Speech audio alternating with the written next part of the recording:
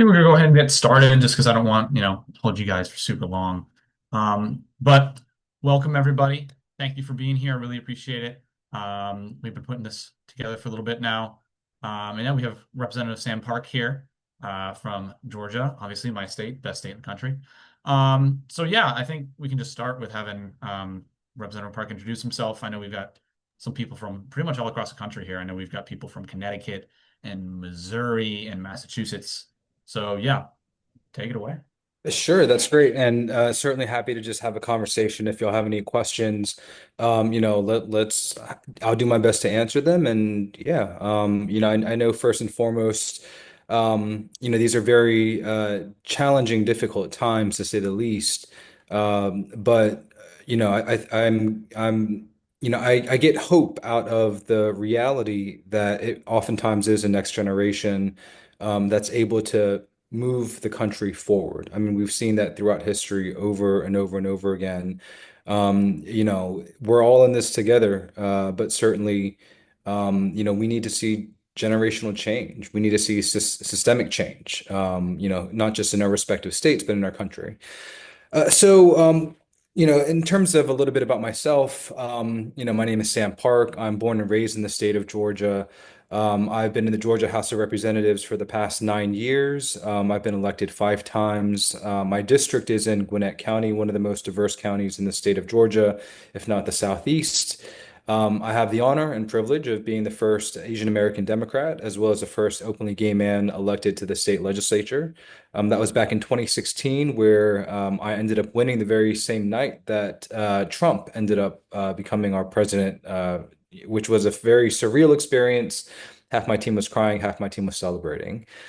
Since then, over the past 9 years in the Georgia legislature as a member of the minority party, it's certainly been challenging.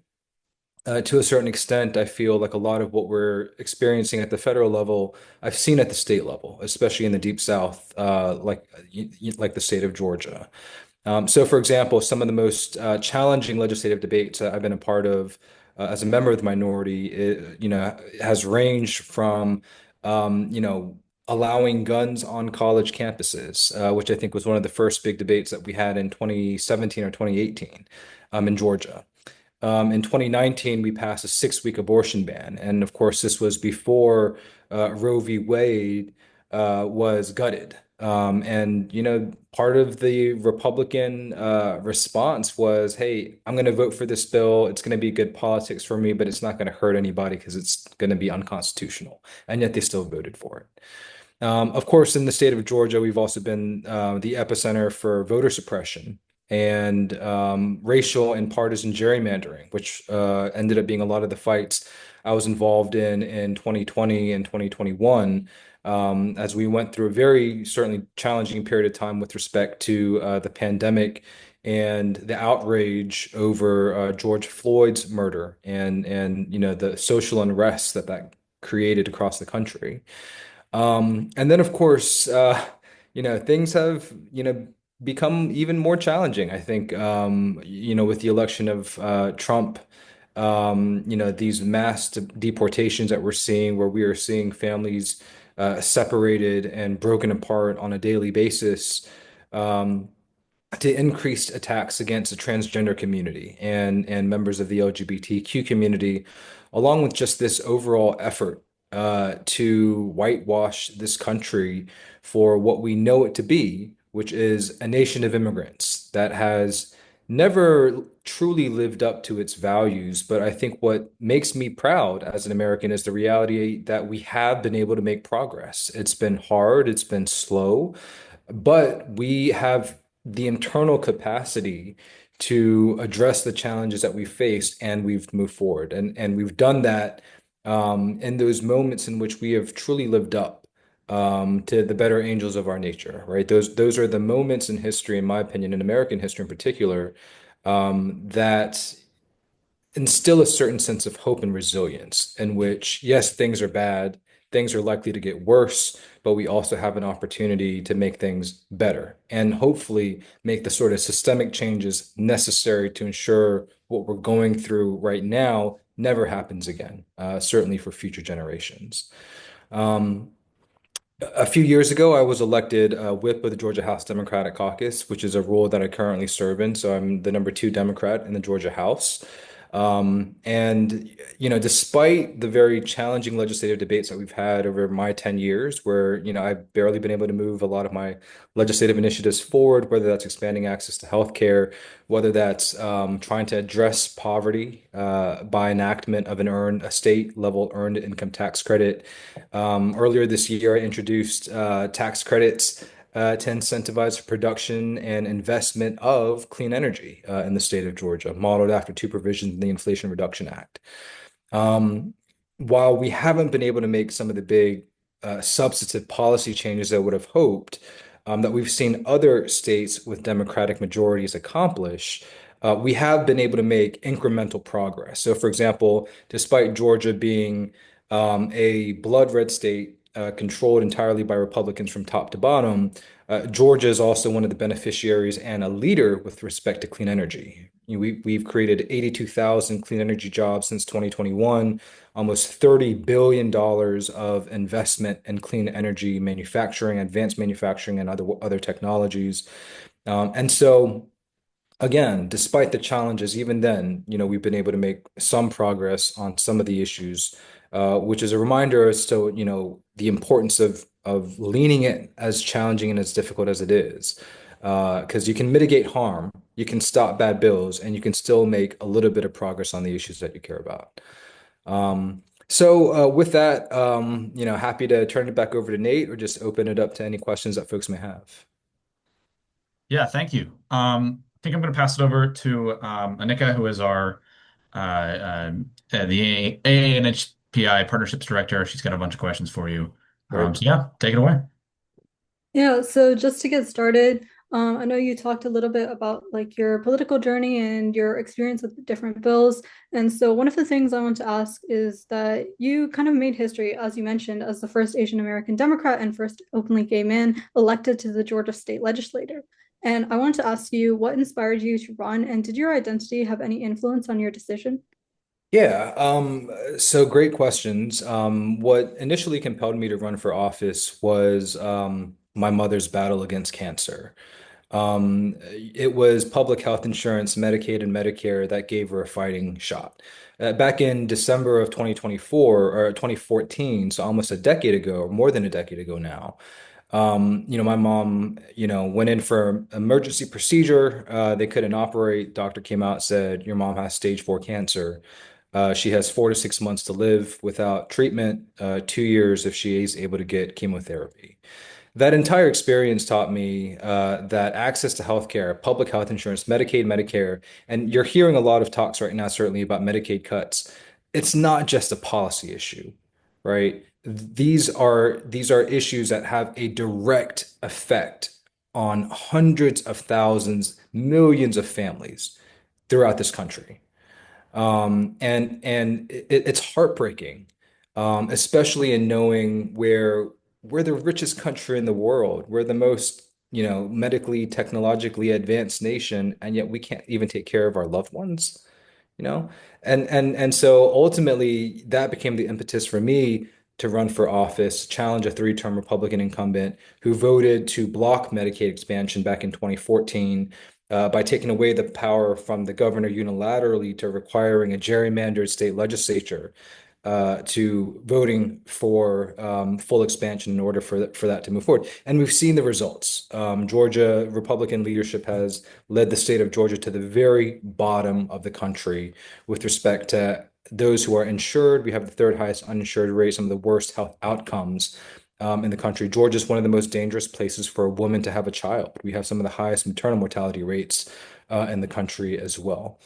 With respect to my identity, and so my impetus for running for office was very much policy based, and my interest in politics and the legislative arena was also more policy based, which I appreciated and I found fascinating because it's an opportunity to, solve the big problems that all of us face. My identity, so when you ask about identity, everyone's identity is intersectional, right? Whether it's based on gender, race, ethnicity, generation, socioeconomic status, sexual orientation. at least from the lens of being an Asian American and a member of the LGBTQ community, both in terms of the influence it had on my initial decision to run, weighed against running, right? I did not run because I was trying to, make history. I ran because I cared about a policy issue that impacted my family. Um, Now, of course, in the state of Georgia, I had never, there had been one Asian American elected prior who was a Republican, and he was kind of handpicked to kind of be Asian face for the Republican Party to a certain extent. Likewise, there had never been an openly LGBTQ man ever elected to the state legislature as well. And so the fact that I had not seen what that looks like, I had not seen the kind of representation that I could see in myself, currently certainly served as more of an impediment or more of a barrier. I'm on a panel. Sorry.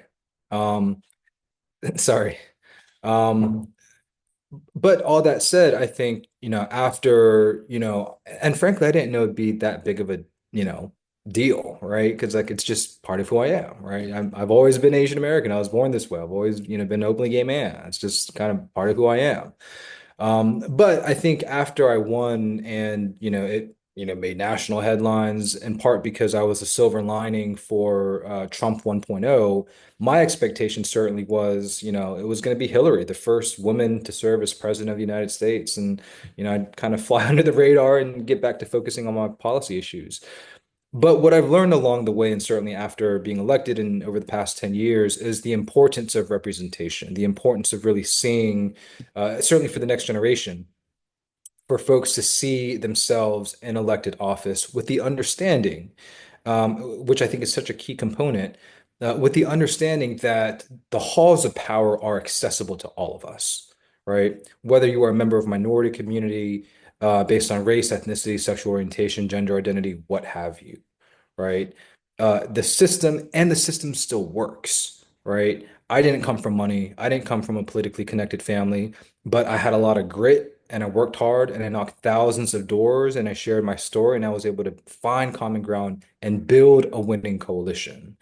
And one of the things I'd say I'm most proud of is that over the past 10 years, we've seen the Asian American representation in the state of Georgia in the state legislature just continue to grow in a representative manner, in which today Georgia now has one of the largest Asian American legislative delegations in the country. And who would have you thought? And who would have thought, a deep southern state like Georgia would have that sort of representation? But it's a reminder again, I think, for folks, just watching and paying attention that, hey, if I can do it, so can they.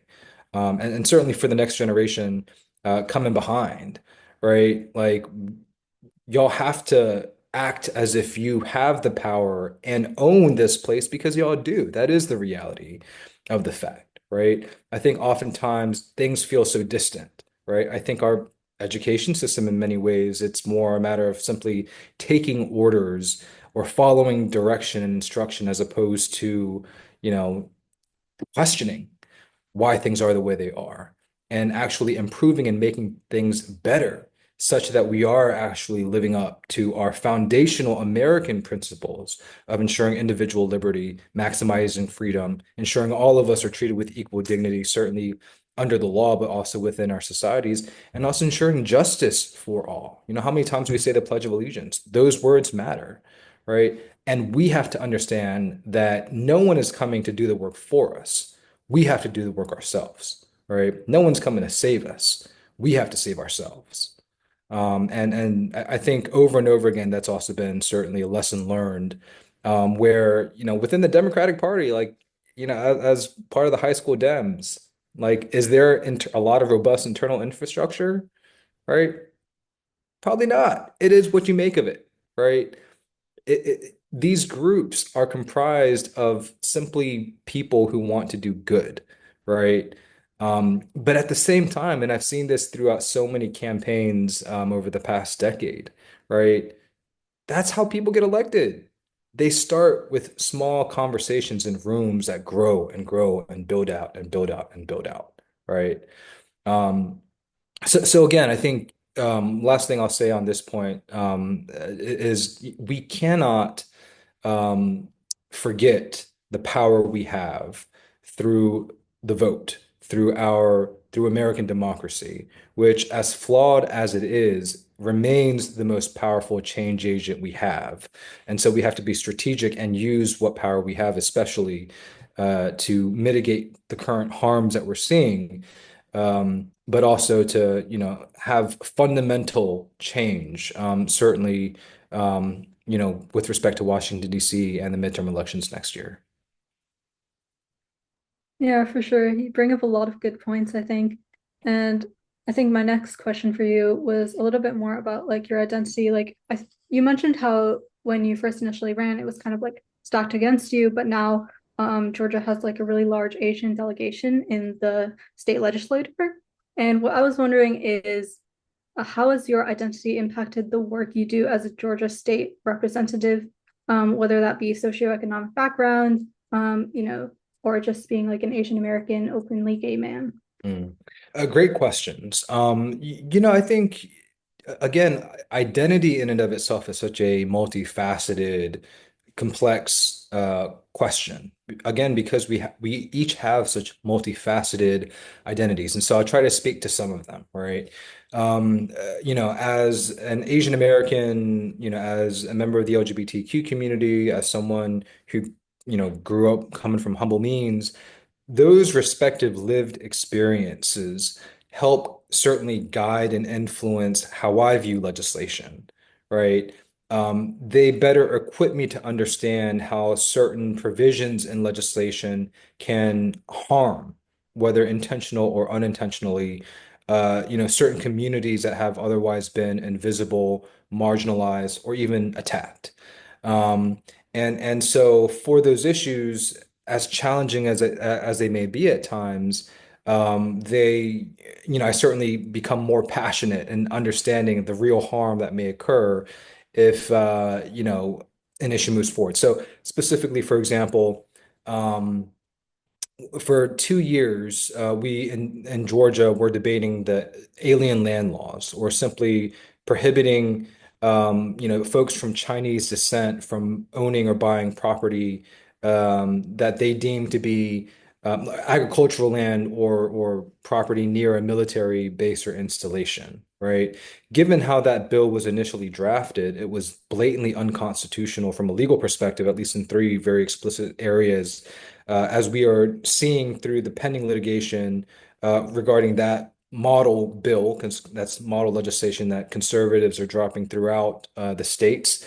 But Florida's model, alien land law bill is currently being litigated, and certain provisions will likely be struck down for blatantly violating, non-discrimination provisions in the 14th Amendment in particular.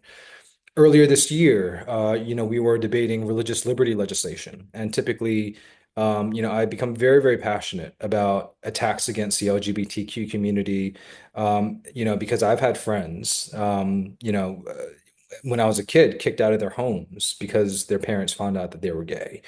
The suicide rate within the LGBTQ community being so disproportionately high, that is a direct result of the stigma and the attacks from these sort of legislative initiatives.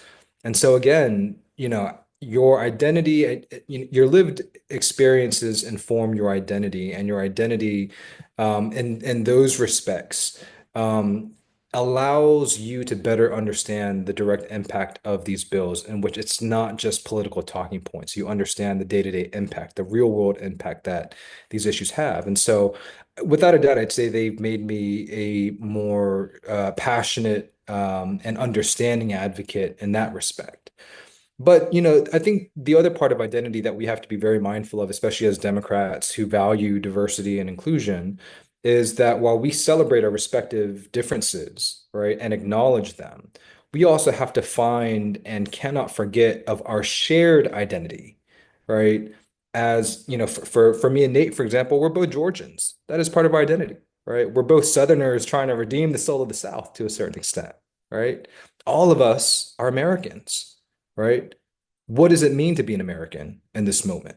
right? What does it mean to, carry on the mantle and responsibility of perfecting our union as Americans, which is the responsibility of every generation.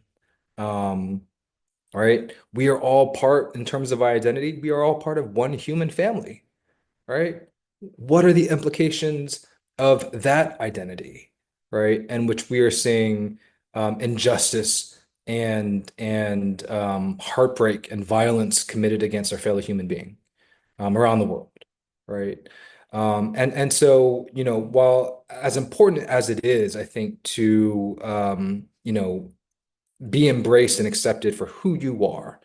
I want to just encourage all of y'all to also be mindful that we have to find the common ground with respect to identity, especially with the system in which we are operating in. We need a majority, right? And we need a governing majority to actually effectuate the changes that we need. And so, what does identity look like in that respect, right? It's a challenging question because I think as a next generation of Americans, and certainly in this moment, that's in part one of the key questions I think we're grappling with. We know very clearly how the Trump administration and Stephen Miller, how they view America and what they think America should be, which I think is heretical to say the least, and probably the most un-American thing that I can see in terms of the actions that they are taking on a regular basis. But what is our alternative? Right? As a next generation of democratic leaders and champions for American democracy and for civil rights, especially coming from the Deep South and the cradle of the civil rights being Georgia, right? Those are challenging questions that we have to continue to grapple with and find if we are going to move forward. Yeah, that's definitely interesting of how you talk about like both personal identity and also just like social identity. I think that those are two very different kind of aspects of identity, but it's definitely an intersectional experience for everyone.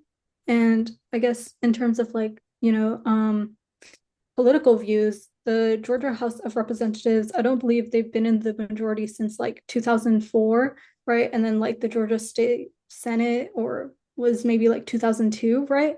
So then because of that, all of your time you've been in the minority in the House of Representatives. So how has serving in the minority part within the state legislature impacted your ability to pass legislation? And how do you work with colleagues with very different political views? Like you talked a little bit about like the landowning laws and just like all sorts of kind of ideas that I would think are crazy, but some people might like be proposing within the state legislature. It's been very, very, very challenging to say the least. There's no way to kind of, sweep that under the rug. Especially in the Deep South, there's a deep root, right, with respect to white supremacy and white power. Georgia today is a majority minority state, and that is not at all reflected in our state legislature. So yeah, it's been difficult. Also in part because Georgia politics is such that folks are very, very polite to you and face to face. It's here's some pumpkin pie, here's some sweet tea, and then hey, you get stabbed 10 times in the back, right? That is Georgia politics in a bucket, right? I've certainly been stabbed in the back, over my years, and what I've learned is I have a strong back. Um, the first bill that I've passed in my 9 years in the Georgia House was earlier this year, right? In which, in terms of like a piece of legislation with my name as a primary sponsor, it took 9 years because because I fought, right? And I fought hard against what I viewed as immoral, unconstitutional, and discriminatory legislation. Um, all that to say,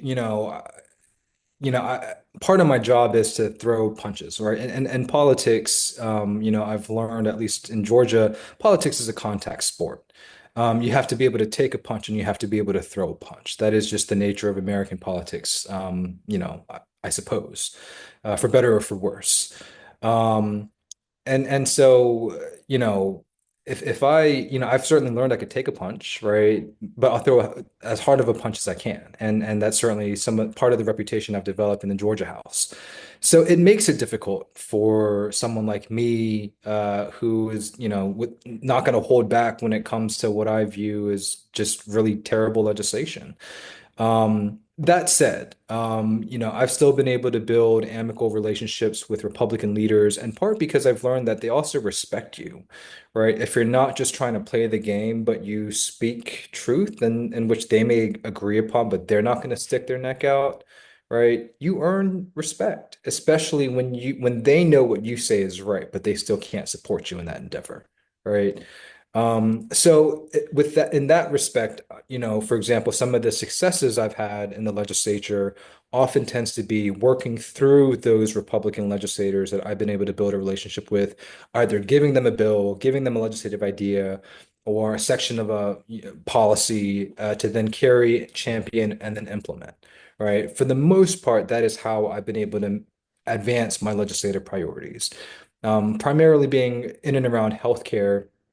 But for example, we were able to decriminalize HIV, where in the state of Georgia, if you were a person living with HIV and you spit at a police officer, that's like a 10-year minimum felony sentence, right? Because this was a law created in the 80s where, HIV and AIDS was a death sentence.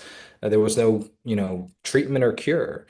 Um, and so we were able to repeal that recently, right? Despite opposition. I was able to pass legislation to protect a critical funding stream for safety net healthcare providers, right? By, working through the Georgia Hospital Association to give them a provision, give them language that they could then give to a far right Republican member who they had worked with to champion an issue regarding pharmacy benefit managers and trying to hold it gets a little policy wonky, but trying to hold, pharmacy benefit managers accountable and preventing them from increasing drug costs, prescription drug costs. All of that to say, you know, my approach tends to be that I will work with the folks who I need to work with, including, for example, the speaker. I've had many conversations with Speaker John Burns to try and stop really bad legislation. So, for example, last year I was able to get him to sit on at least three or four really bad bills, two that were very, very anti-immigrant, harmful pieces of legislation that did ultimately eventually pass this year that would require all law enforcement offices in Georgia to work with or cooperate with ICE, right? Entering into those 287G agreements, um, in part because of that was generated from the murder of Lake and Riley that happened a year or two ago. But I made clear on the House floor, for example, right? This legislation is not going to honor the memory of Laken Riley, who was horrifically murdered, right? That is terrible. But you're not going to be doing justice to her memory if you pass legislation that's going to otherwise tear families apart, right? And so again, my approach tends to be I'll work with those when I'm in session. But when we're out of session, right, that's the time to knock these folks out of their seat and reclaim power for our communities and for the people, right? So as an example, in Gwinnett County, most diverse county in the state of Georgia, they drew out a few years ago the first Black woman in 200 years ever elected to the Board of Commissioners, Marlene Foscue. And part of that package was passing, congressional, state Senate, state House maps that were recently struck down for being racially gerrymandered, in which they ultimately passed partisan gerrymandered maps. The chair of appropriation, the chair of redistricting, Bonnie Rich, she was a part of the Gwinnett delegation, and she felt, hey, if I'm taking the lead in drawing maps for Congress, the state Senate, for the entire state of Georgia, certainly I can draw maps in my own home county of Gwinnett County, right? Well, she undermined decades of precedent that had local delegations and local control or local folks draw those maps. And we ended up knocking her out. We ended up knocking out the Republican chair of redistricting during during the 2022 election cycle, I believe. And so, all that to say, part of the work in the as a member of the minority party, where you feel like you have very limited power, is to mitigate harm, right, and to stop bad bills. On top of that, right, it is being intentional and strategic with respect to building political power, right? Because if I'm truly ever going to be successful with respect to my policy objectives, I have to be clear-eyed in that I need the requisite power to do so. And that requires building coalitions within diverse district. It requires investing in and supporting the next generation of leaders to do this work as well. Because this is work that a single person cannot do, whether it's Obama or whomever, right? It takes everybody. It takes a legislative majority, whether it's in the Congress, the Senate, or state legislatures around the country, right? It takes all of us. Um, so yeah. Yeah, for sure. I didn't know that the first time like the bill thing happened for you was this year. When I was like doing my research for this event, I was reading on like all the bills that you had like sponsored, and I was just seeing like lists and lists and lists and lists. And wow, that is certainly shocking for me. Yeah. Um, and so that's kind of what my next question is about. You sponsored a really wide range of legislation for advancing healthcare protections to creating economic opportunities to even like addressing systemic issues within like justice systems. And so I'm wondering what have been your top priorities and where do you feel like you've made the biggest impact? So, I'd say in terms of the progress part or the biggest impact part, like I gotta think through that one a little bit to be frank with you, with y'all. I'd say my number one legislative priority has always been healthcare. And I'd say on the healthcare front, it's been very challenging, right? I cited some statistics with respect to where Georgia is currently, and we haven't really made progress over the past few years. That said, in my professional capacity, I serve as general counsel for a nonprofit healthcare organization working on ending the HIV/AIDS epidemic in Georgia, and we certainly have made a lot of progress in that front. The organization has grown tremendously from a $20 million organization to a $150 million organization over the past 6 years since I've been there. We have currently 11,000 people living with HIV in our care and some of the highest viral suppression rates, 91% on average, where the national average tends to be around 56 to 60% in terms of one's viral suppression rate. Healthcare, I wish in the political legislative arena, I wish could have made more progress, but unfortunately, the issue in Georgia has become so demonized. And, I think we now see the reality of what Republicans always intended, which is to just gut Medicaid, to gut public health insurance programs, um, as a cost-saving mechanism so that they can afford their, tax cuts for the rich. Even if that will bust the budget and continue to increase debt. Voting rights, certainly, I think is another key component. I think just in general, democracy reform is how I would kind of view that systemic change. We had an omnibus voter suppression bill that was rammed down our throats. We fought against gerrymandered redistricting lines. We tried to stop the creation of leadership committees, which essentially allows for unlimited amounts of money to be raised and spent in coordination with state legislative races. And so, those three being the kind of big democracy reform areas of money in politics, voting rights, and redistricting. I'd say in Georgia, we haven't really made that much progress. I've introduced legislation on each of them. I've had maybe some conversations and have changed some minds, but beyond that, it's been difficult. Um, there is so I think with respect to civil rights, same thing, both in terms of the how LGBTQ folks and immigrant communities, Asian American communities are treated. We've seen, xenophobic legislation passed, certainly.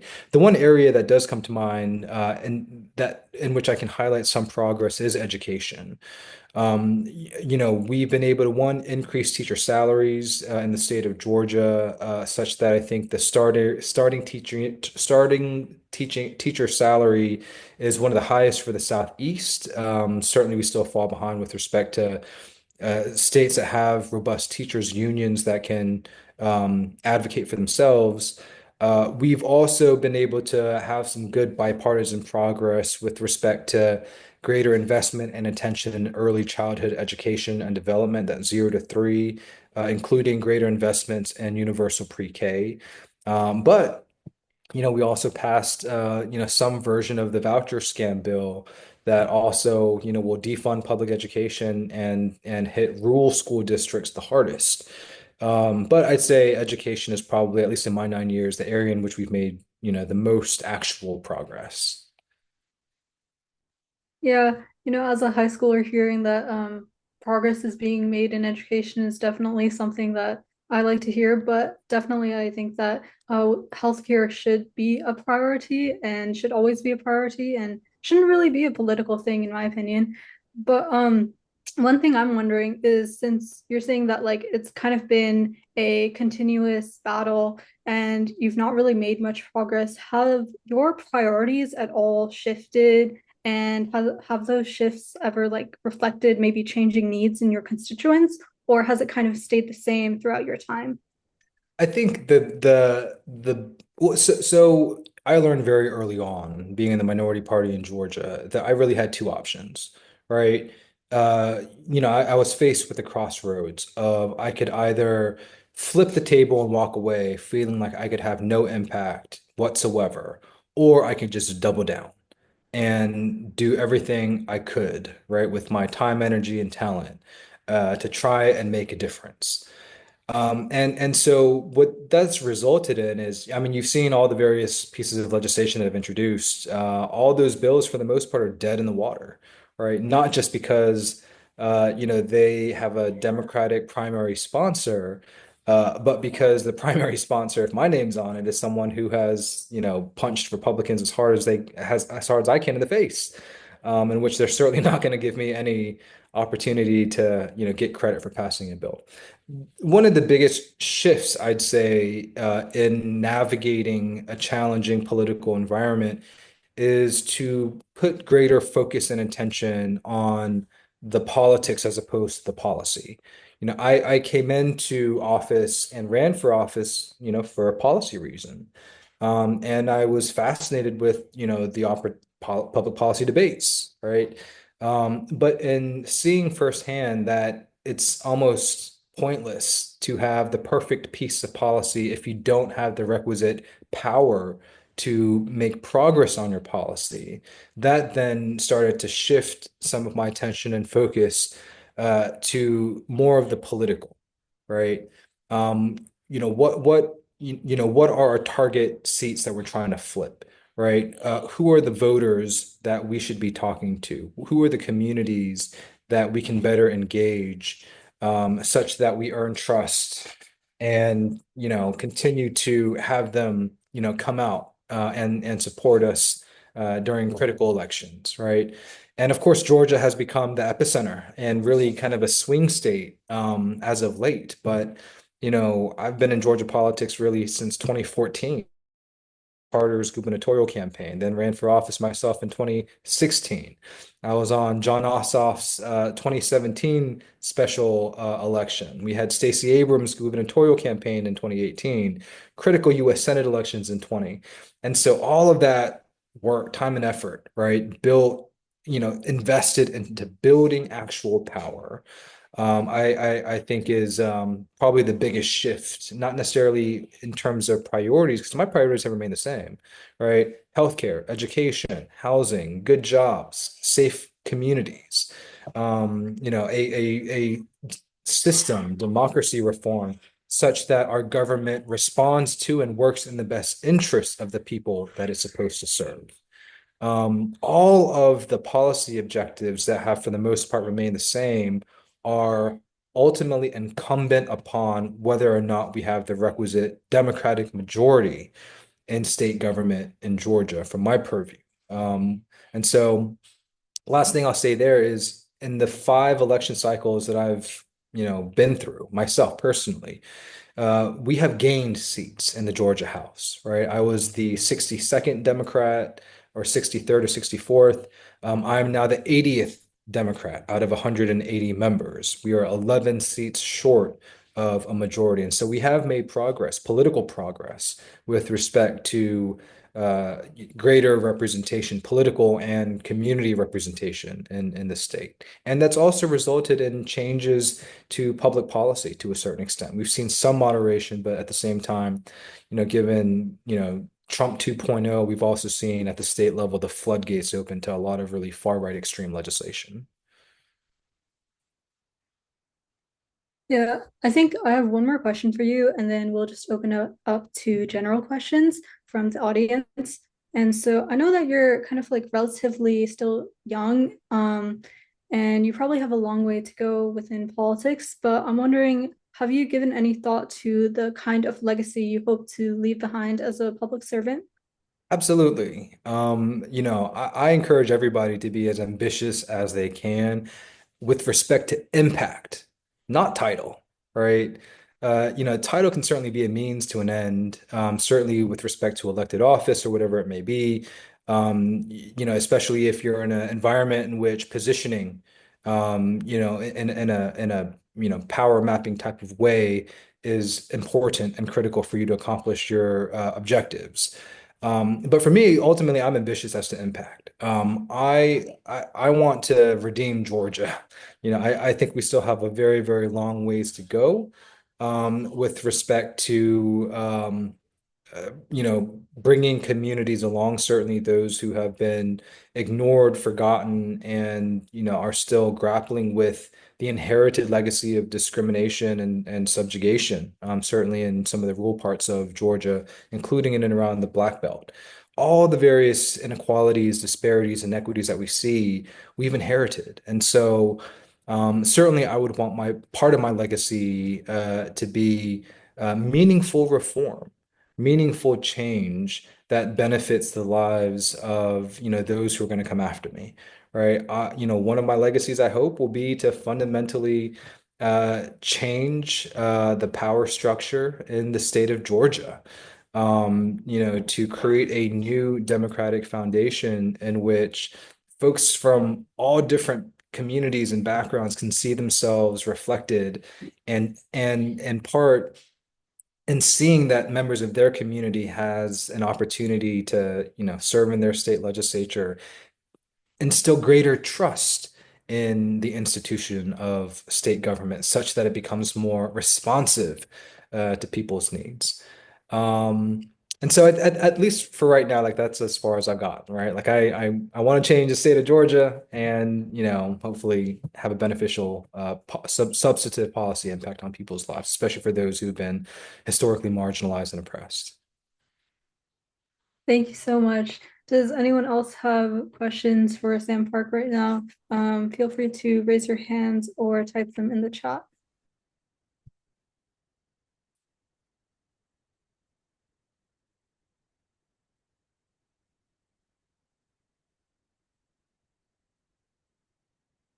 Luke, go ahead. Hey, Sam, I am late. I apologize, but yeah, I'm from CDA and at Harvard, and I was wondering, we have a lot of interest. Sorry, we have a lot of interest in Georgia at Harvard. I guess there's just like been a big rise, in Georgia people, at Harvard. But that being said, we saw the polls, in the couple months leading up, and you know, uh, we sent a lot of people there, and we were wondering like how from Boston, how like our coalitions in the Northeast can best support um all the organizing in Georgia, because it seems like in terms of moneyed interests, there's kind of like a rise of like political will and political capital for like the people, in Georgia, but the same goes, for like the establishment. And so even though like people are gaining power and you see people like Killer Mike, showing up, at the Bernie Sanders like town hall, and you see a lot of mobilizing, with like marginalized groups, like you said, it seems like, the Jamie Harrison type crowd, they're just raising money but not actually changing the establishment. It seems like they're kind of um growing at a rate that's faster than like the people. And so we're wondering like how we can support that, just in terms of CDA and HSDA, by extension. Yeah. My recommendation would be to identify the good nonprofit community organizations that are on the ground who have established trust within their respective communities.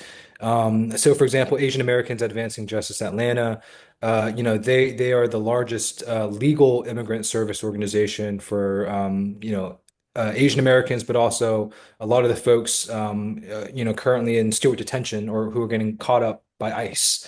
And they certainly have, well, I think I'd say their C3 arm is much more robust than their C4 arm. I think especially in this moment that, supporting those sorts of organizations on the ground, whether through resources or volunteers, is critically important. A lot of this, in my mind, is, just a time frame. And I think I've even heard members of the Trump administration say this as well, which is part of our approach should be to delay, right? To mitigate as much harm as we can before the 2026 midterm elections, in which we can elect a Congress who does what it's supposed to do and serve as a check on the executive. In the meantime, I've been part of town halls where, especially folks in the Latino and Hispanic community, you know, we're seeing families ripped apart. We're seeing such a heightened level of fear, such that even, these nonprofits doing the work are seeing, are alarmed. Um, that would be kind of one initial step or idea of trying to identify those community-based organizations and trying to work through them as opposed to a political person or an entity that may, demonstrate it to be either ineffectual or corrupt.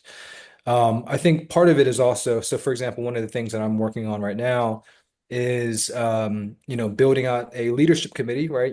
I talked earlier about, money in politics and, how I voted against legislation to create these leadership committees that permit unlimited amounts of money being raised, spent, coordinated. I'm trying to now utilize one of those as state law permits the minority party to have two of those leadership entities. But I'm trying to build one out with the intent of running a deep canvassing program through it, primarily to talk to, and I would encourage all of y'all in your respective states and communities to really think about those voters, those citizens who can vote, who have not voted, right?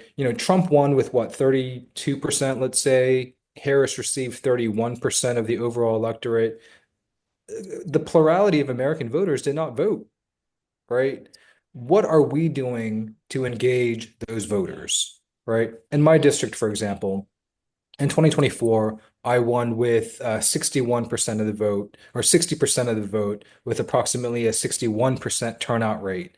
As I was just kind of going through some of the election data a few weekends ago, I identified 9,000 out of like 30, 40,000 eligible voters who did not vote in the 2024 election cycle, right? My plan for this fall, given how hot it is in the summer, but in the fall, I plan on building out a team and knocking on their doors, not saying, why didn't you vote, but to go and listen, right? What are your issues? What are the top concerns? And then to bring them into the coalition, right? What I think Democrats have, especially Democratic infrastructure and parties have really failed to do, frankly, is to build year-round infrastructure from the ground up. A lot of what I view, and we're seeing some progress, right? In Georgia, for example, we've elected new leadership. I think that's very much interested in that kind of year-round, bottom-up, grassroots, community-based organizing, which I think is so important. Because I think if Democrats want to demonstrate that we are a viable alternative, not only do we have to find the common ground and build a new governing majority and coalition, I want to make sure that we're anchored to the people, especially if we're saying that we are the party of the people. Well, what does that look like then? If we're only coming in and if it's only top down and if it's a, hundreds of millions of dollars being raised going to consultants and then TV ads and then digital ads and just like literally burnt, right? What about all the folks that the 1/3 of Americans who feel ignored, invisible, left behind, right? What are we doing to demonstrate, even when we are out of power, right, that we care about them and that we are trying to improve their quality of life, right?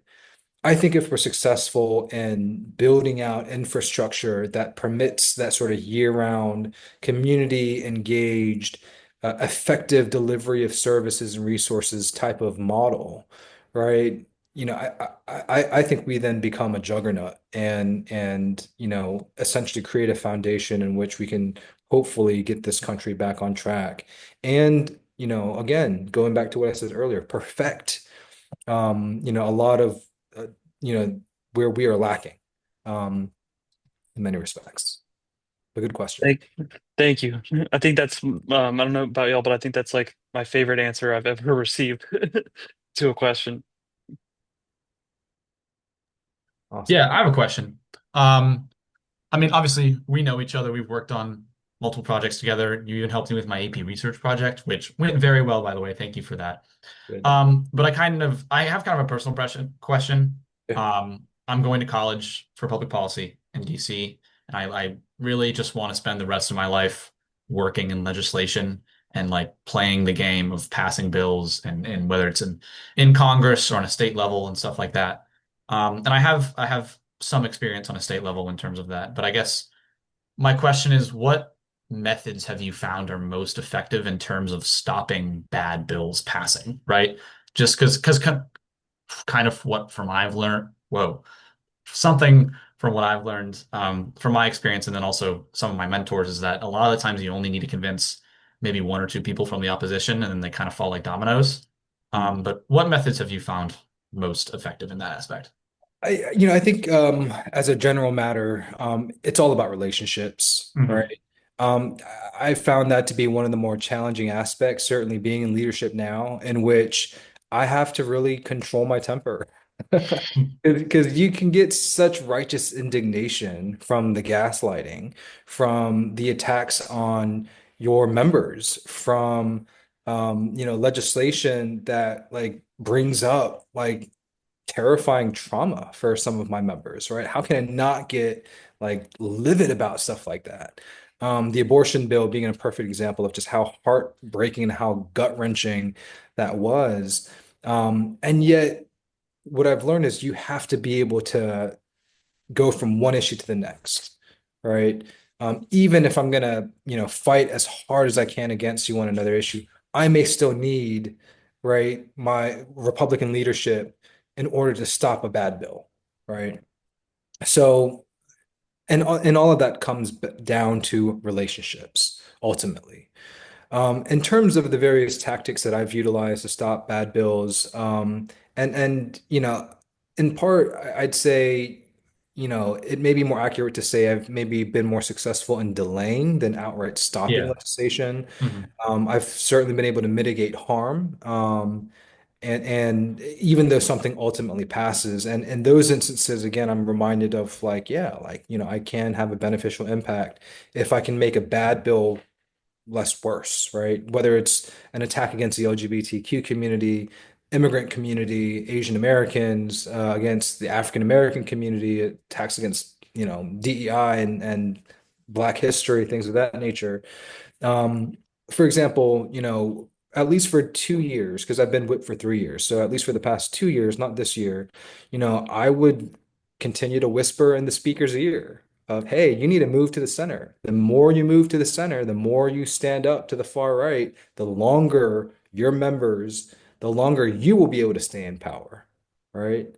Let me help you on some of these issues. Let me make, these issues in which I know my members will be supportive of as well, like school safety. Let's try to make that as bipartisan as possible to ensure that we have a good working relationship.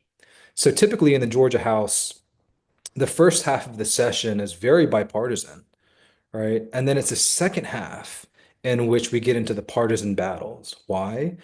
Because The second half is when we are then debating all the Senate bills that pass. And then it becomes a debate between the House and the Senate, House and Senate Republican leadership in particular, in which ultimately, my efforts to utilize the speaker, the Republican speaker, as a bulwark to far right legislation, that effort, though it succeeded for 2 years, ultimately collapsed this year. Right, he ended up becoming a source of attack for the far right.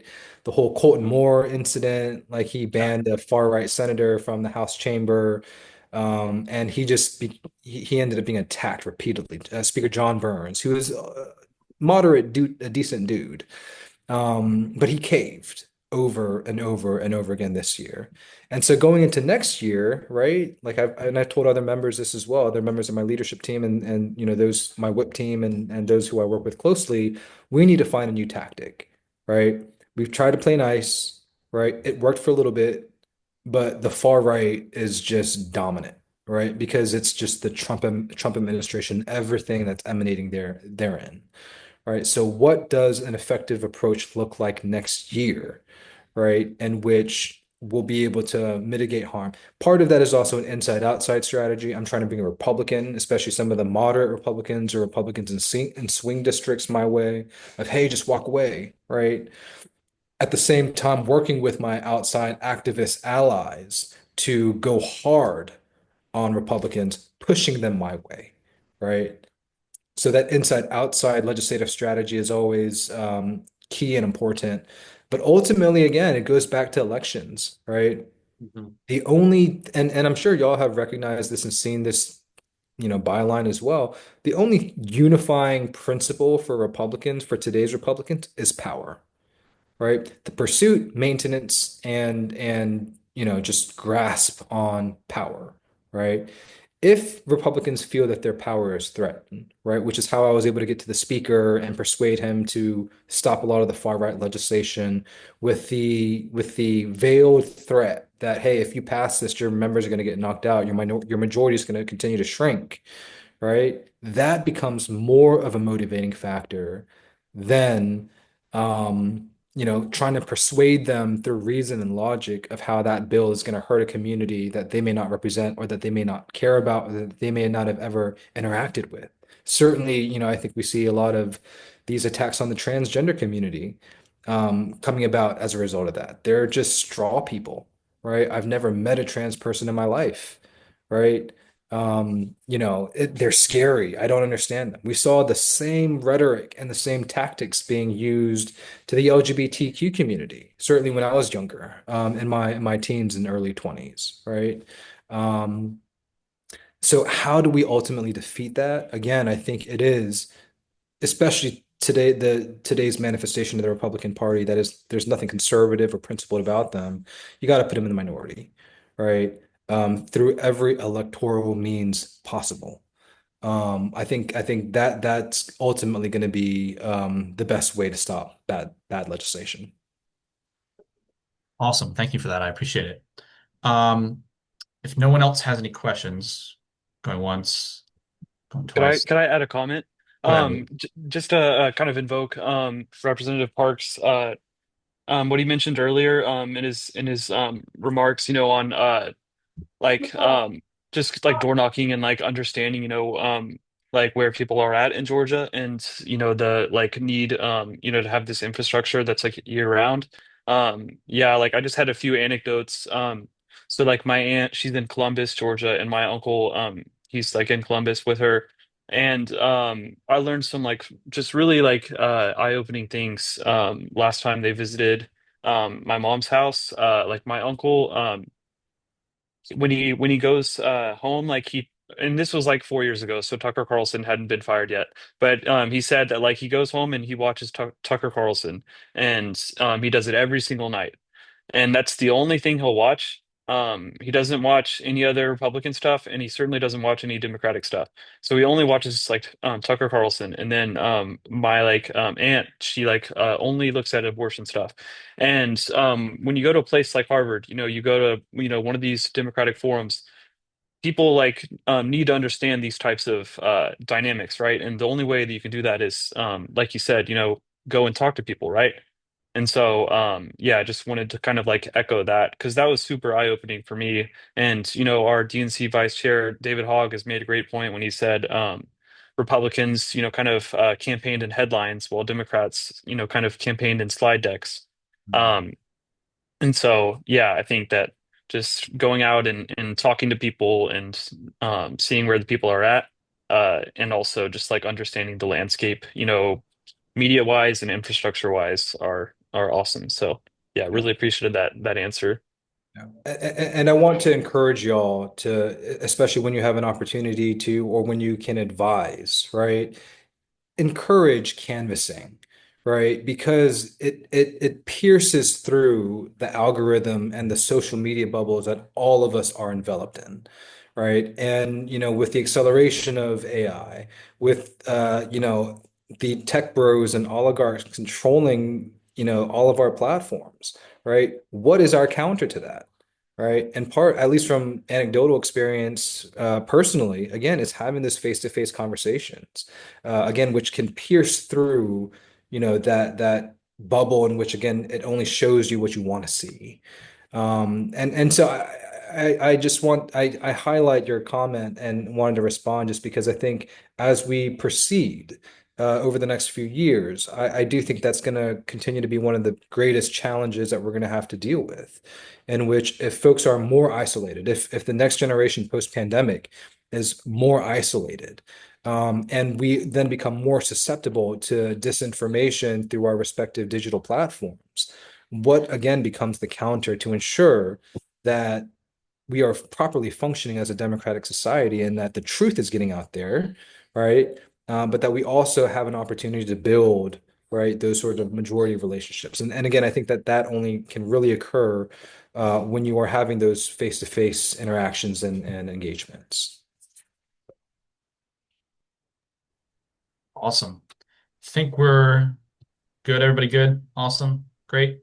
Well, thank you for coming out tonight. We really appreciate it. Yeah, again, if anybody has any questions, speak now or sort of hold your peace. But yeah, thank you for coming. Luke, thank you for the comment. I appreciate it. And yeah, have a good night, everybody. Good night, y'all. Feel free to stay in touch. Bye. Thank y'all. We hope you run for Georgia, Senator.